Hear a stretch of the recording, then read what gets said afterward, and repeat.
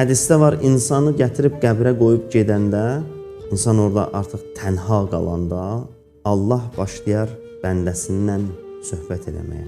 Amma bu söhbət ağır söhbətdir. Bu söhbət insana xəcalət verən söhbət. Allah deyər ki, mənim bəndəm, onlara görə ki, mənə günah edirdin, indi çağır onlar gəlib sənə kömək eləsinlər.